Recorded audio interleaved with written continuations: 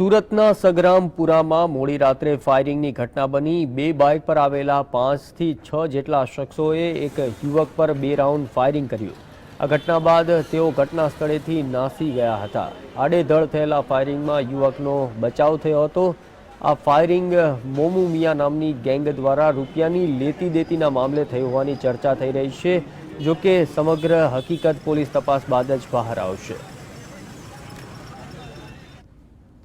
રાત્રિના 2:45 વાગ્યાના સુમારે આરિફ ખાન રશીદ ખાન પઠાણ આરિફ સુરતી ની ઉપર 3 રાઉન્ડ ફાયર કરવામાં આવેલ, જેમાં 2 રાઉન્ડ આરિફ સુરતી ઉપર અને એની સાથેના એક બીજા સાહેબ છે હુસેન ઉપર 1 રાઉન્ડ ફાયર કરવામાં આવેલ।